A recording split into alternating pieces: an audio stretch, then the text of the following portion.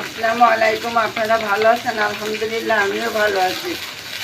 আজকে আমি আবারও আপনাদের সামনে নিয়ে এসেছি কাঁকরোল আলু শুটকি। কী করব, সবাই ঘরে পছন্দ করে। একবার রান্না করলে যদি এটা ভালো হয় তাহলে সবাই সেটাই খেতে পছন্দ করে। এবার আমি হলুদের গুঁড়ো দিয়ে দেবো, আদা রসুন জিরে বাটা দিয়ে দিচ্ছি, মরিচের গুঁড়া, হলুদের গুঁড়া, আর দেবো লবণ, পরিমাণ মতন লবণ দেব, আর দেবো ধনিয়া গুঁড়া। এইভাবে আমি কাঁকরোল শুটকি রান্না করি। মশলাটা আমার কষানো হয়ে গেছে। এবার আমি এর ভিতরে শুটকিটা দিয়ে দেব।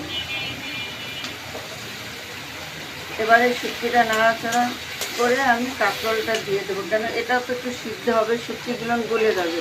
তারপরে আমি ভাজা ভাজা করবো। আপনারা যে যেখান থেকে যত দূর থেকে দেখছেন লাইক কমেন্ট শেয়ার করবেন, আর একবার খেয়ে কমেন্টে আমাকে জানাবেন কেমন লাগে, রান্না করবেন। আপনারা সবাই ভালো থাকেন, সুস্থ থাকেন। আসসালামু আলাইকুম।